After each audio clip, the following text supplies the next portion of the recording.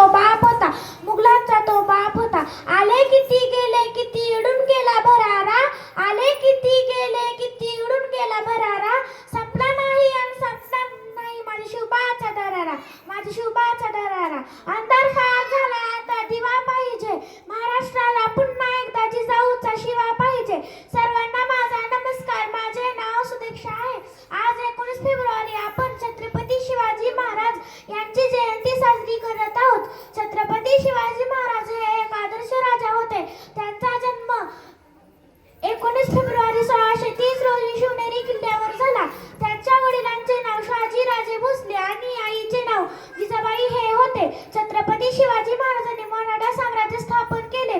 त्यांनी जीवाला जीव देणारे मावळे तयार केले. त्यांचे कार्य, विचार आणि जीवन आजही आपल्याला प्रेरणा देते. तुम्हा सर्वांना शिवजयंतीच्या हार्दिक हार्दिक शुभेच्छा.